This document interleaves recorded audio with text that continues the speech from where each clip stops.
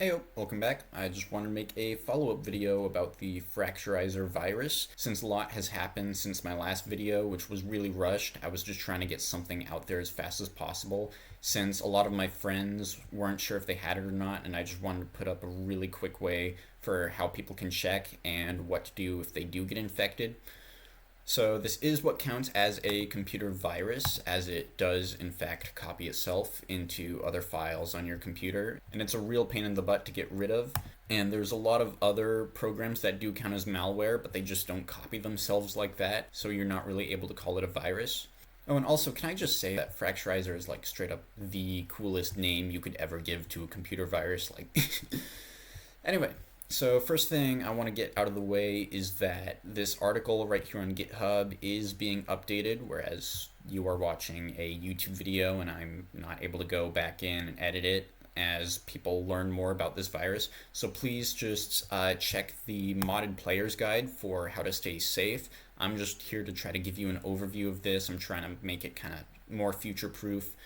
So one thing that has changed is the actual script that you run to check it. So it's added in a couple more files, and it actually goes ahead and deletes the files for you.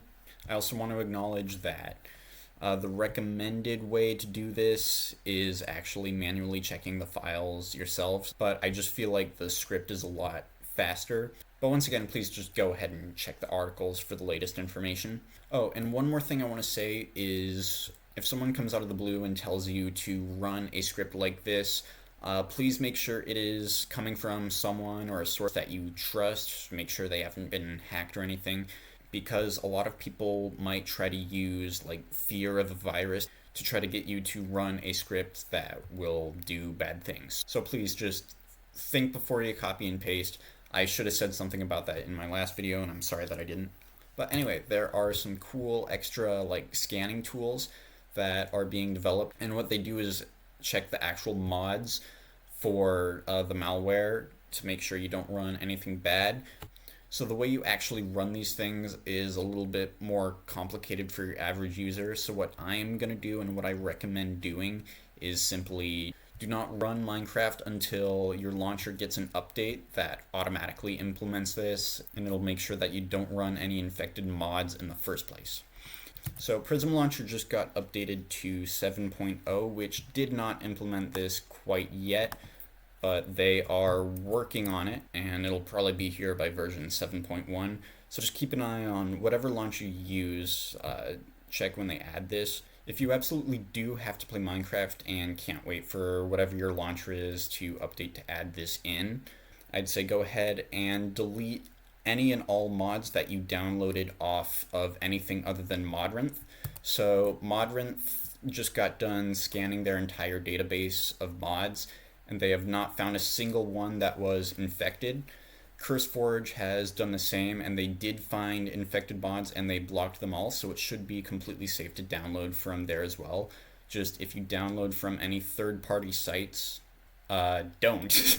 I should also mention you should probably be using Modrinth instead of CurseForge for a multitude of reasons, but I'm just gonna leave my opinions for my Mastodon. So now I want to get into how the virus actually works. So there's this fantastic infographic on the GitHub. So you may have heard people talking about stages of the virus. So it may be a little confusing, but the stages are more like layers than stages. It's not like the 5 stages of grief. It's not like stages of cancer or anything, because there's like no time in between it. So the stage is more like layers of the virus. So a stage 0 file would be an infected mod file. And when you go ahead and run an infected mod, what it does is it goes and creates a stage 1 file, which lives in your computer's RAM, which, if you don't know, RAM is like what your computer is thinking about at the given moment, whereas storage is more like what it has written down. So whatever's in your storage, you'll be able to find in your file manager or file explorer, whatever you call it, but things in memory or RAM won't. So what the stage 1 file does is it writes a stage 2 file to your storage. So it writes it down in your computer's little book, and it pretty much puts it in your computer's folders that say, hey, run this at startup. And it tries to like disguise itself as Microsoft Edge kind of things, or libwebgl, which I know what that is, but I'm not going to go into it right now.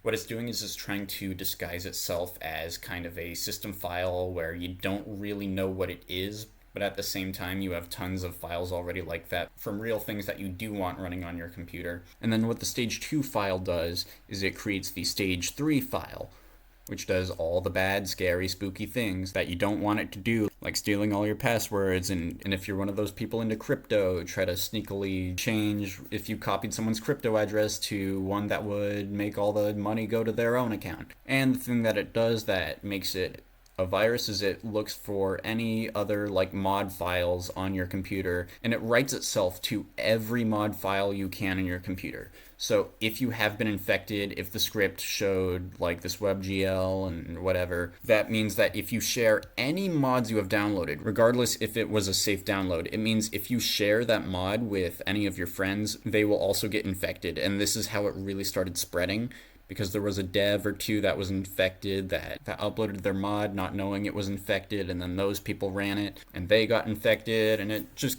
kept going on. So this is a very surface level explanation of how it works.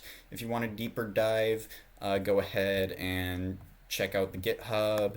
There's also the technical breakdown for developers, and there's also been the meeting from the Fractureiser mitigation team where they talk about how stuff went down and what they're doing to make sure that something like this can't happen again in the future.